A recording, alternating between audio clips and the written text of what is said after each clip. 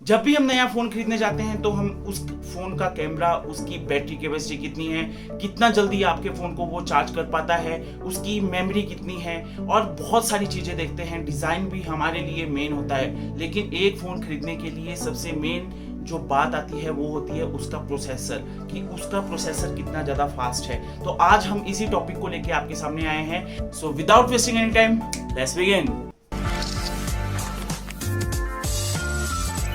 मैंने इस वीडियो को दो पार्ट्स में डिवाइड किया है। एक है मिड रेंज मार्केट और एक आती है हाई एंड यानी कि फ्लैगशिप मार्केट। तो सबसे पहले मैं बात करता हूं मिड रेंज मार्केट के बारे में। कंपनीज हर दिन नए नए फोन लॉन्च करती रहती है और मैक्सिमम फोन्स आपके 20,000 से अंडर आते हैं जो आपके मिड रेंज में आते हैं। मीडियाटेक और कॉलकॉम दोनों ही कंपनीज इन मिड रेंज फोन्स के लिए प्रोसेसर बनाती है, लेकिन मीडियाटेक ने इन फोन्स के लिए अपना वर्चस्व बना के रखा है। 2020 में जिस टाइम जो रेडमी का 8 प्रो मोबाइल फोन था, उसमें जो मीडियाटेक ने G90T का प्रोसेसर लगाया था, वो प्रोसेसर काफ़ी ज़्यादा पावरफुल था और उसमें आपकी जो PUBG जैसी गेम्स थी वो भी 60 सेकंड की स्क्रीन रेट के साथ चल रही थी। और ये प्रोसेसर जो था ये काफ़ी ज़्यादा पावरफुल प्रोसेसर था और मार्केट में मीडियाटेक ने इस प्रोसेसर के बाद हलचल मचा दी थी। तो उस टाइम कॉलकॉम को भी सोचना पड़ा कि उन्हें भी मिड रेंज के लिए काफ़ी अच्छे प्रोसेसर्स बनाने पड़ेंगे। तो इसी हिसाब से कॉलकॉम ने भी जो स्नैपड्रैगन 600 या 700 की सीरीज़ थी वो सीरीज़ निकाली थी। लेकिन आज भी कॉलकॉम स्नैपड्रैगन के जो प्रोसेसर है वो जो मीडियाटेक के प्रोसेसर है उनका कोई भी मुकाबला नहीं कर पाए हैं। मीडियाटेक के जो प्रोसेसर्स हैं वो आपको चाइनीज बेस्ड कंपनीज में ज़्यादा मिलेंगे, जैसे कि रियलमी हो गया, रेडमी हो गया। इसमें आपको मैक्सिमम जो मिड रेंज में आते हैं फोन्स उसमें ज़्यादातर यही प्रोसेसर्स आपको मिलेंगे। मीडियाटेक फाउंड की गई थी 1997 में और इसके जो हेडक्वार्टर्स आपको मिलेंगे वो ताइवान में और शिंचू में मिलेंगे। शायद से उसको यही प्रोनाउंस करते हैं, मैं इसकी स्पेलिंग आपको स्क्रीन पे दे दे रहा हूँ। On the other hand Qualcomm ने भी बजट सेगमेंट के लिए अपने काफ़ी अच्छे प्रोसेसर्स बनाए हैं, जैसे कि स्नैपड्रैगन 600 की सीरीज़ या स्नैपड्रैगन 700 की सीरीज़। लेकिन ये कहीं ना कहीं अभी भी उतने पावरफुल प्रोसेसर नहीं बन पाए हैं जितने पावरफुल आपके हिलियो जी की सीरीज़ है। ये प्रोसेसर जो हिलियो जी की सीरीज़ है ये काफ़ी ज़्यादा अच्छे हैं, लेकिन इनमें एक छोटी सी प्रॉब्लम आती है। जब भी ये जो प्रोसेसर्स हैं इनकी जो बैटरी ड्रेनिंग कैपेसिटी है वो काफ़ी ज़्यादा है, इनकी हीटिंग कैपेसिटी भी काफ़ी ज़्यादा है। तो जो बैटरी ड्रेन होती है आपके फ़ोन्स की, तो जैसे आपको मीडियाटेक के प्रोसेसर्स मिलेंगे उन पे ज़्यादा ड्रेनिंग मिलेगी एज कम्पेयर स्नैपड्रैगन के प्रोसेसर से।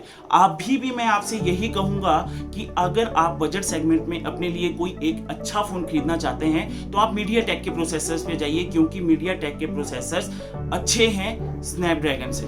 अब मैं बात करता हूँ फ्लैगशिप मार्केट के बारे में। स्नैपड्रैगन के प्रोसेसर्स फ्लैगशिप के बहुत ही ज़्यादा अच्छे हैं। मीडियाटेक आज दिनों तक स्नैपड्रैगन जैसे प्रोसेसर्स नहीं बना पाया है। मुझे याद है कि जब मैंने OnePlus 6 लिया था तो उसमें 865 प्रोसेसर लगा था कॉलकॉम का, जो इतना ज़्यादा पावरफुल प्रोसेसर था जिसमें आपकी बैटरी कैपेसिटी भी अच्छी होती थी फोन्स की, आपका जो क्लॉक स्पीड था वो भी काफ़ी अच्छा आता था, PUBG जैसी गेम्स भी काफ़ी ज़्यादा अच्छे से तरीके से चलती थी। और आज दिनों तक OnePlus 6 सीरीज़ थी वो मेरी पर्सनली फेवरेट है।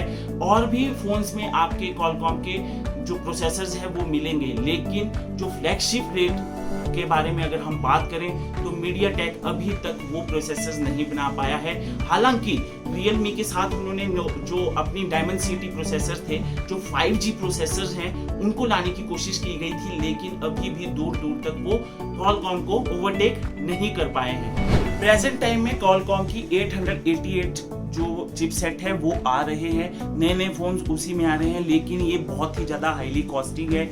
आपने देखा ही होगा जो आपके महंगे फ़ोन हैं वो 40,000 के आसपास के आते हैं, लेकिन जो इनकी क्लॉक स्पीड होती है, प्रोसेसिंग स्पीड होती है, काफ़ी ज़्यादा अच्छी होती है। तो अगर आपको फ्लैगशिप के फ़ोन्स लेने हैं तो मैं यही कहूँगा जिसमें आपका कॉलकॉम स्नैपड्रैगन के प्रोसेसर्स होंगे वही फ़ोन्स आप लें। कॉलकॉम स्नैपड्रैगन का जो फाउंडेशन था वो 1985 के आसपास हुआ था और ये एक यूएसए बेस्ड कंपनी है। इसके हेडक्वार्टर्स आपको सैन डिएगो और कैलिफोर्निया में मिलेंगे। अब आपने सुना ही होगा कि आपका प्रोसेसर ड्यूल कोर प्रोसेसर है, क्वाड कोर प्रोसेसर है या ऑक्टा कोर प्रोसेसर है। तो ये ड्यूल, क्वाड या ऑक्टा कोर प्रोसेसर है क्या?